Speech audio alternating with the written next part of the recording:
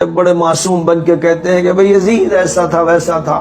یزید کو کس نے پالا تھا, کس نے پوسا تھا, کس گھر میں شراب کی خرید فروخت ہوتی تھی, وہ تفصیل سے میں بڑے بڑے علماء و محدثین کے اقوال میں بیان کر چکا ہوں کہ معاویہ کے یہاں شراب کی خرید فروخت ہوتی, معاویہ کا سود جائز تھا, معاویہ کے یہاں ریشم کے کپڑے پہنے جاتے تھے, معاویہ کے یہاں صحابہ کی گردنیں کاٹی جاتی تھی, معاویہ کے یہاں حضرت علی کو گالی دی جاتی تھی, حضرت فاطمہ جو خواتین جنت کی سردار ہے ان کو گالی بکی جاتی تھی, حسین و حسن کو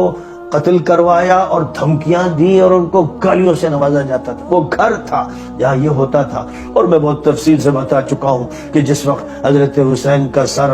اور دیگر افراد کا سر یزید کے دربار میں لایا گیا تو وہ فخر کے ساتھ یہ اشعار پڑھ رہا تھا کہ کاش کہ میرے آبا و اجداد جن کو بدر میں کاٹ کے پھینکا تھا علی نے, کاش کہ وہ آج ہوتے اور خوش ہوتے کہ میں نے محمد کے خاندان سے بدلہ لے لیا ہے.